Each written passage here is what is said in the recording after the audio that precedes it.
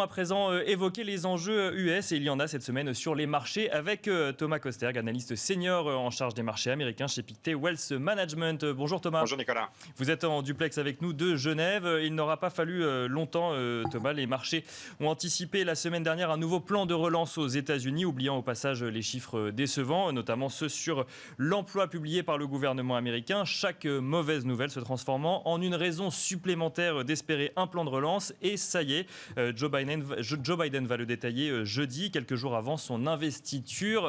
Comment est-ce que vous avez perçu du coup la semaine qui a passé, la semaine qui va s'ouvrir du coup avec ce plan de relance et à quoi s'attendre selon vous, Thomas ?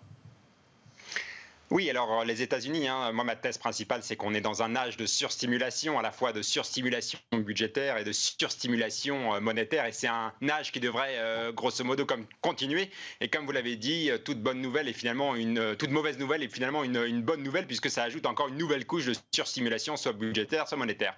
Bref, alors en termes de budgétaire, puisque c'est vraiment le focus cette semaine, déjà je voudrais signaler qu'on sort d'un plan de relance qui a été voté au mois de décembre de 900 milliards de dollars. Et donc maintenant il s'agit d'un nouveau plan de relance, notamment qui pourrait, donc voilà, les contours vont être dessinés cette semaine. Alors Joe Biden risque d'être très ambitieux dans ses plans budgétaires, mais cette ambition risque de se heurter à une réalité. C'est une réalité que le Sénat est contrôlé d'une majorité courte. On est à 50-50 au Sénat et forcément ça risque de brider les marges de manœuvre de Joe Biden. Donc je dis faisons attention à ce que Joe Biden annoncera cette semaine. Néanmoins, on peut s'attendre, je pense, dans les prochains mois, à un plan de relance autour de 750 à 1000 milliards de dollars donc supplémentaires, où il y aurait un nouveau chèque envoyé aux Américains et également des allocations chômage qui resteront dopées et potentiellement dans le temps étendues jusqu'au mois de juin prochain. Donc voilà, je pense que ce qu'on peut attendre au niveau des prochains mois d'une administration Trump, c'est un nouveau plan d'aide et de soutien à la demande.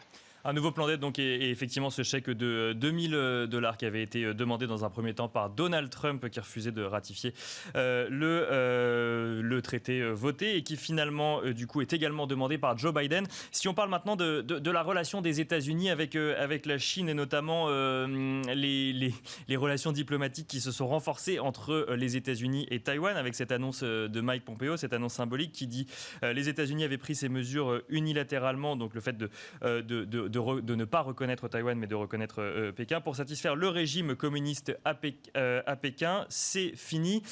Comment est-ce qu'on interprète ça ? Est-ce qu'on l'interprète comme un croche-patte de l'administration Trump à l'administration Biden quelques jours avant l'investiture de Joe Biden ou est-ce qu'au contraire on s'attend à ce que l'administration Biden continue la même politique menée vis-à-vis de la Chine ? Oui, alors tout d'abord, Joe Biden hérite d'une situation compliquée politiquement, forcément du côté domestique, on l'a vu avec les récentes émeutes au Congrès, mais aussi sur le plan international et en particulier avec la relation entre les États-Unis et la Chine.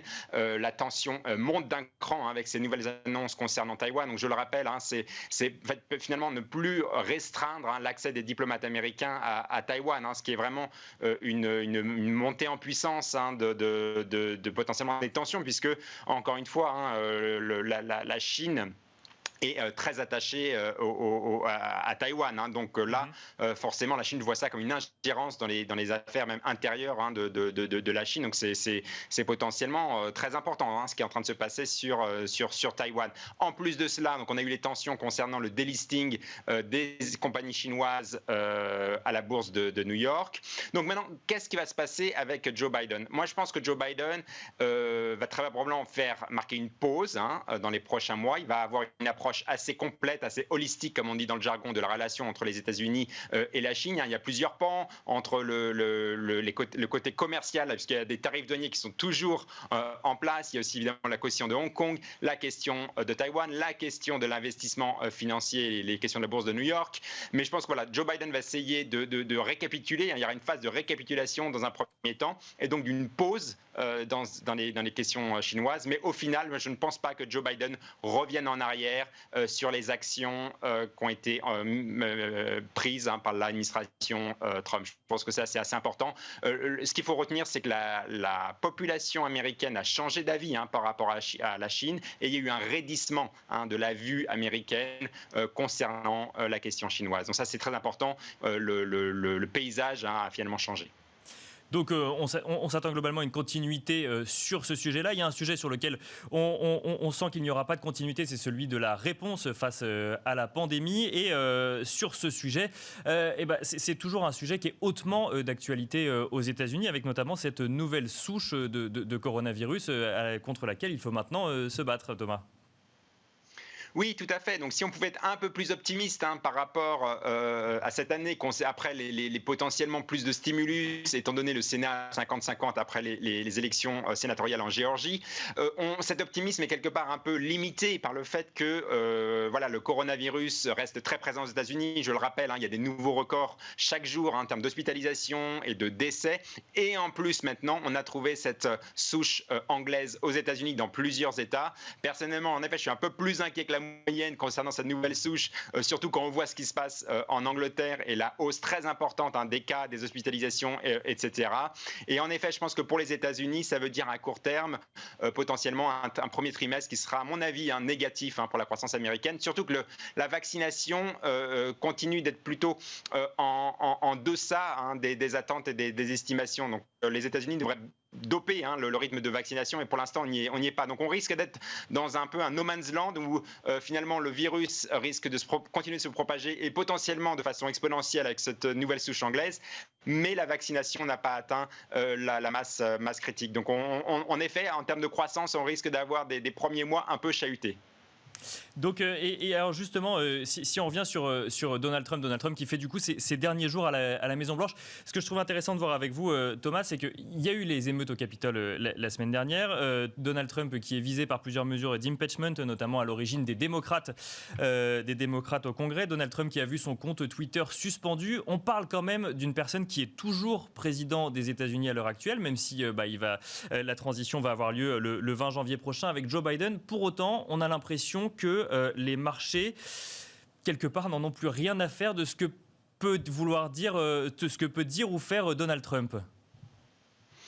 Oui, tout à fait. Et encore une fois, je pense qu'on se projette déjà dans l'ère Joe Biden. Il faut dire aussi que l'administration Trump, beaucoup de membres du cabinet sont déjà en train de partir ou vont le faire. Donc concrètement, il y a un peu un vide du pouvoir aux États-Unis. Donc potentiellement, si ça veut dire moins de nouvelles mesures dans les prochains jours. Encore une fois, Joe Biden arrive de façon finalement assez vite. Il arrivera le 20 janvier, même si son cabinet apparemment n'aura pas reçu la confirmation du Sénat tout de suite. Donc il y aura potentiellement un moment de vide au niveau du cabinet de Joe Biden. Mais encore une fois, on se projette dans le futur. L'histoire macroéconomique quand même des États-Unis, malgré les premiers mois chahutés, ça reste quand même le vaccin qui, d'ici la mi-année, devrait avoir atteint la masse critique, et le consommateur américain qui devrait ouvrir les vannes sur la consommation et se mettre à dépenser notamment toute l'épargne qui a été accumulée en 2020. Merci beaucoup Thomas Kosterg. Merci. Thomas qui nous accompagne chaque lundi à la mi-journée dans Smart Bourse pour décrypter les enjeux américains de la semaine. Thomas Kosterg, je le rappelle, qui est analyste senior en charge des marchés américains chez Pictet Wealth Management. Le CAC 40 qui à la mi-journée perd 0,58% aux alentours des 5673 points.